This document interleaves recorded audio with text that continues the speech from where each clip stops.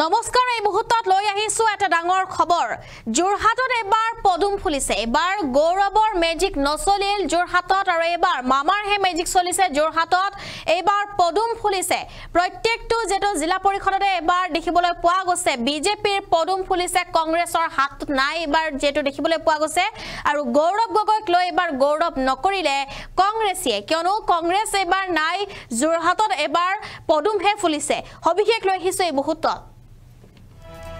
যোৰহাটত এবাৰ পদুম ফুলিছে আৰু কংগ্ৰেছক ধুলিসাত কৰি যোৰহাটত বিজেপিৰ জয়যাত্ৰা এবাৰ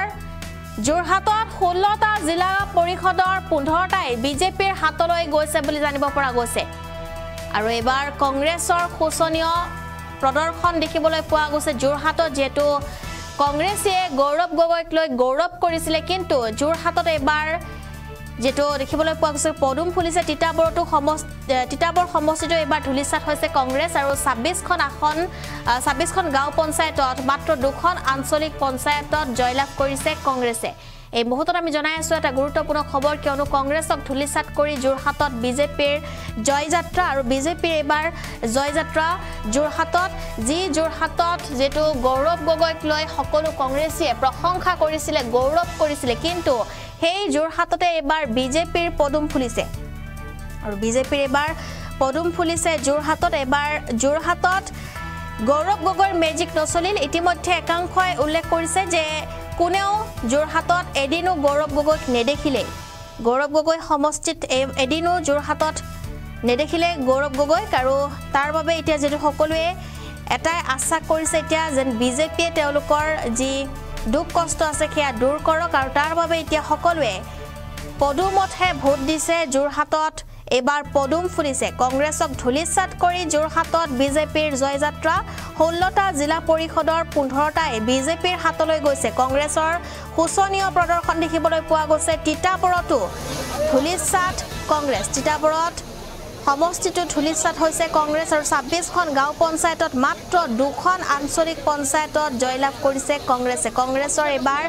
বৃহৎ জয় দেখিবলৈ পোৱা গৈছে উজনি অসমত আৰু উজনিত এবাৰ সকলোতে কংগ্ৰেছৰ জয়লাভ ইতিমধ্যে দেখিবলৈ পোৱা গৈছে শিৱসাগৰ আৰু ধুবুৰী লগতে ধুবুৰীৰ পৰা সদিয়া সকলোতে এতিয়া দেখিবলৈ পোৱা গৈছে বিজেপি আৰু বিশেষকৈ এতিয়া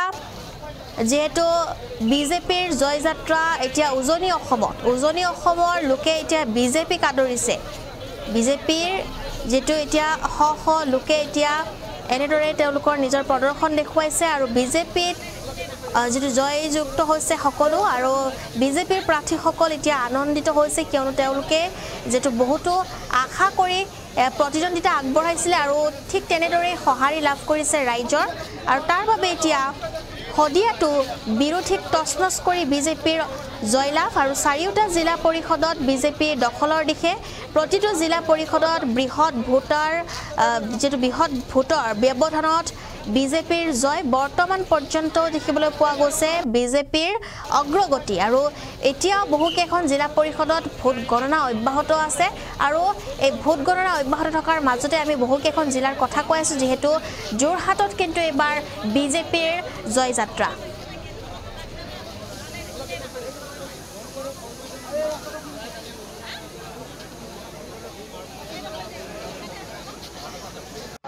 নমস্কাৰ মোৰ নাম স্বপ্না বৰা মোৰ 37 ৰজাহালি গাঁও পঞ্চায়তৰ পাইছো আৰু মোৰ 10 নম্বৰ ৱাৰ্ড হয় মোৰ চিহ্নটো যে যাৰ ভৱিষ্যত পৰিকল্পনা মোৰ উন্নয়নে প্ৰথম হ'ব কাৰণ আমাৰ গাঁওখনত বহুতো খোৱা পানীকে আদি কৰি বহুতখিনি প্ৰব্লেমত আছে আৰু সেইখিনি আৰু তাৰ উপৰি আমাৰ ৰাস্তা পদূলিও আমাৰ যিবোৰ সৰু সুৰা ৰাস্তা আছে সেইবোৰ এতিয়াও কেঁচা ৰাস্তাই হৈ আছে সেইখিনিও আমি ঠিক ঠাক কৰিব লাগিব জিকা অনুভৱ বহুত ভাল লাগিছে কাৰণ এবাৰ প্ৰথম মই এইটো দিশত আগবাঢ়িছোঁ আৰু প্ৰথমবাৰে মই জয়লাভ কৰিছোঁ গতিকে মই বহুত ভাল লাগি আছে এতিয়া আচলতে যোৰহাট জিলাত আমাৰ ভাৰতীয় জনতা পাৰ্টি আৰু অসম গণ পৰিষদ আমাৰ মিত্ৰজোঁটৰ NDAৰ যি ফলাফল সেয়া অতি সুন্দৰ হৈছে আৰু ৰাইজৰ যি আস্থা ডক্টৰ হিমন্ত বিশ্ব শৰ্মাৰ নেতৃত্বাধীন ৰাজ্য চৰকাৰ আৰু নৰেন্দ্ৰ মোদীৰ নেতৃত্বাধীন কেন্দ্ৰীয় চৰকাৰৰ ওপৰত সেই কথা পুনৰবাৰ প্ৰতীয়মান হৈছে আৰু পঞ্চায়ত নিৰ্বাচনৰ লগত আচলতে ৰাইজৰ সৰু সুৰা কিছুমান আশা আকাংক্ষাবিলাক জড়িত হৈ থাকে আৰু কোনোবাই সুধিছে আমাক কৈছে যে গৌৰৱ গগৈ এবছৰ আগতে নিৰ্বাচনত জয়লাভ হৈছিল এবাৰ কি হ'ল ৰাইজে যোৱা এটা বছৰে জয়লাভ হোৱাৰ পিছত গৌৰৱ গগৈক দেখা নাই দেখি নাই পোৱা তেওঁৰ চাহটো নাই ইয়াত দেখা নাই গতিকে ৰাইজৰ যিহেতু সৰু সুৰা কিছুমান আৱেগ অনুভূতি ইয়াৰ লগত জড়িত হৈ আছে সৰু সুৰা আকাংক্ষা আছে নিজৰ নামঘৰটো নিজৰ চুবুৰীৰ ৰাস্তাটো নিজৰ অৰুণোদয় আঁচনি এই কথাবিলাকে জড়িত হৈ আছে এইবিলাক ৰাইজেও ভালকে জানে যে এইবিলাক গৌৰৱ গগৈ পূৰা কৰিব নোৱাৰে এইবিলাক পূৰা কৰিবৰ কাৰণে ডক্টৰ হিমন্ত বিশ্ব শৰ্মাৰ নেতৃত্বাধীন ৰাজ্য চৰকাৰ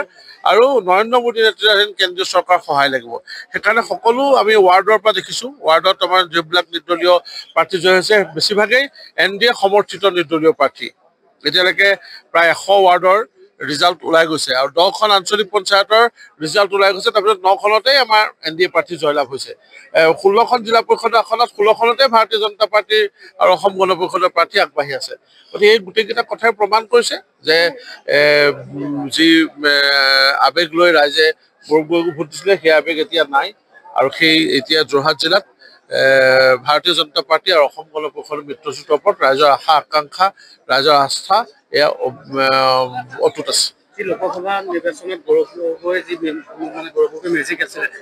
এই মেজিক এতিয়া পঞ্চায়ত ইলেকশ্যনত নেখাটিলে নেকি কোনো মেজিক নাই গৌৰৱ গগৈয়ে খালি এটা নেগেটিভ সৃষ্টি কৰিছিলে এটা বৰ্ণনাত্মক ব্যাখ্যা যে কথা কোৱা মানুহ লাগে ইংৰাজী কোৱা মানুহ লাগে ইংৰাজী কোৱা মানুহে যে ৰাইজৰ সমস্যা সমাধান কৰিব নোৱাৰে আৰু যোৱা এটা বছৰত সেই কথা প্ৰমাণ হ'ল কাৰণ যোৰহাট জিলাৰ কোনো সমস্যা লৈ গৌৰৱ গগৈয়ে সংসদত মাতেই নামাতিলে তেওঁ এটাই সমস্যা যোৰহাট জিলাৰ এইবাৰ সংসদত যোৱা এটা বছৰ উত্থাপন কৰিছে সেয়া হ'ল যোৰহাট জিলাৰ সমস্যা বুলি যদি আমি কওঁ গিবন অভয়াৰণ্যৰ হলৌ বান্দৰৰ সমস্যাখিনি তেওঁ সংসদত উত্থাপন কৰিছে গতিকে ৰাইজৰ সমস্যা বেলেগ ৰাইজৰ বহুত সমস্যা আছিলে আমাৰ গৰাখহনীয়া সমস্যা আছিলে নিমাতীৰ কথা আছিলে ৰাস্তা পদূলিৰ কথা আছিলে এই কোনো কথাবিলাক তেওঁ কোনো যোগাত্মকভাৱে লোকসভাত উত্থাপন কৰিব নোৱাৰিলে আৰু ৰাইজে এই কথাটো চাই আছে অতি চোকা দৃষ্টিৰে নজৰ ৰাখি আছে সেইকাৰণে ৰাইজৰ কোনো ধৰণৰ মেজিক এবাৰ গৌৰৱ গগৈৰ মেজিক নাছিলে আচলতে ভুৱা কিছুমান বৰ্ণনাত্মক ব্যাখ্যা যাক নেৰেটিভছ বুলি কয় ইংৰাজীত সেয়া তেওঁ সৃষ্টি কৰি নিৰ্বাচনত জয়লাভ কৰিছিলে আৰু সেই যে বিলাক যে ভুৱা আছিলে সেই কথাটো এই নিৰ্বাচনে প্ৰমাণ কৰি দিলে